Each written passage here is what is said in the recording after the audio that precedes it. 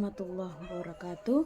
Perkenalkan, nama saya Rahmi Baco, kelas A31, mahasiswa PJJ PAI UIN Syekh Nurjati Cirebon. Pertemuan ke-11 kali ini saya akan membahas tentang PKBM.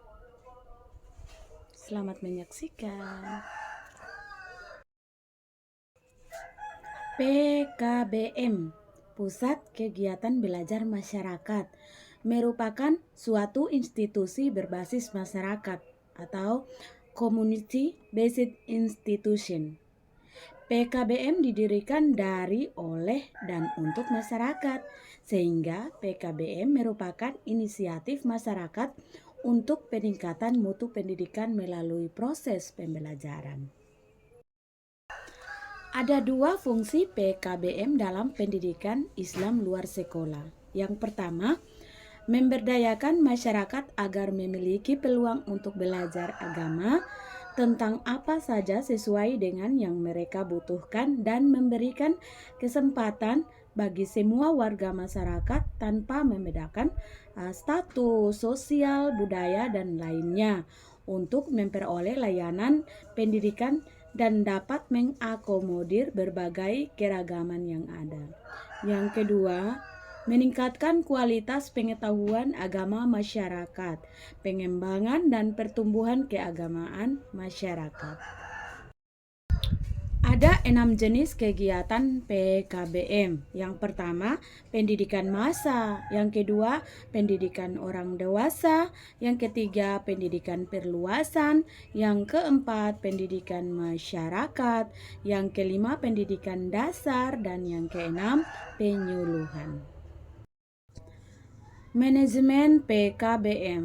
Direktorat Jenderal Pendidikan Non-Formal Informal menjelaskan bahwa program yang dilaksanakan oleh PKBM minimal 3 bidang jenis PNF yang berbeda. Memiliki TBM atau perpustakaan, mempunyai silabus setiap jenis program. Untuk memenuhi standar minimal pengelolaan PKBM, maka diperlukan pengelola PKBM yang memiliki kemampuan manajerial dalam mengelola program PKBM dengan baik dalam upaya untuk terakreditasinya program dan berdampak pada terakreditasinya lembaga PKBM yang dikelolanya. Ada 6 dalam penyelenggaraan pendidikan luar sekolah. Nah, terdapat 6 fungsi-fungsi manajemen meliputi 1. Identifikasi, 2. Perencanaan, 3. Pengorganisasian, 4. Pelaksanaan, 5. Evaluasi, dan yang terakhir keenam adalah rencana kerja tindak lanjut atau RKTL. Penjelasan dari keenam fungsi yaitu fungsi yang pertama identifikasi.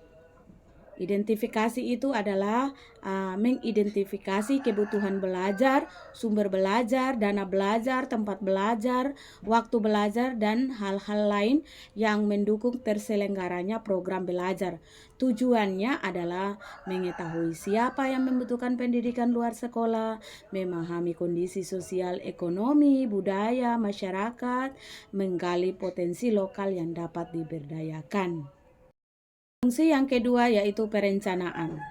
Menurut standar minimal manajemen Pusat Kegiatan Belajar Masyarakat SMMPKBM, perencanaan dilaksanakan dengan melakukan pendataan umum masalah atau kebutuhan dan sumber daya pendukungnya, menyusun prioritas kebutuhan program masing-masing bidang, yaitu layanan pendidikan, layanan informasi, kemitraan, dan peningkatan mutu pendidikan.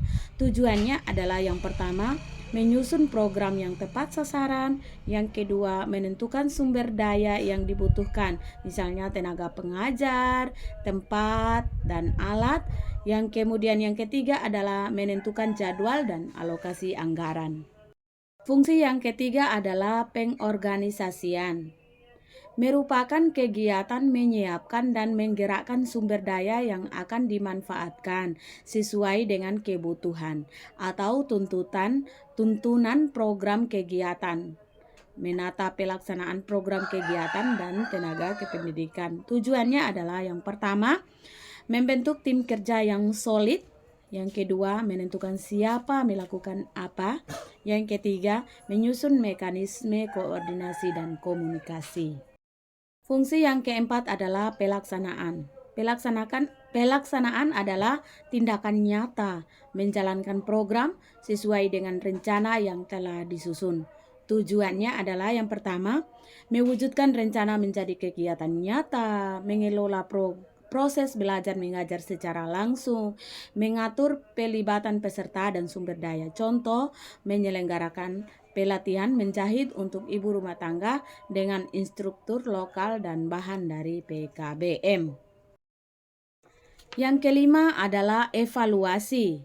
Evaluasi adalah kegiatan menilai proses dan hasil dari program yang sudah dilakukan untuk melihat apakah tujuan tercapai dan apa yang perlu diperbaiki. Tujuannya adalah yang pertama, menilai efektivitas program, yang kedua, mengidentifikasi hambatan dan solusi, dan yang ketiga adalah memberikan dasar untuk perbaikan ke depannya biar menjadi lebih baik. Dan fungsi yang terakhir adalah RKTL, Rencana Kerja Tindak Lanjut. RKTL adalah perencanaan lanjutan setelah evaluasi sebagai bentuk perbaikan, pengembangan, atau replikasi program. Tujuannya adalah satu, melanjutkan program yang berhasil. Yang kedua, memperbaiki kekurangan program sebelumnya. Dan yang terakhir adalah merancang kegiatan lanjutan yang relevan. Sekian dan terima kasih sudah menonton video saya hingga akhir. Akhir kata, wassalamualaikum warahmatullahi wabarakatuh.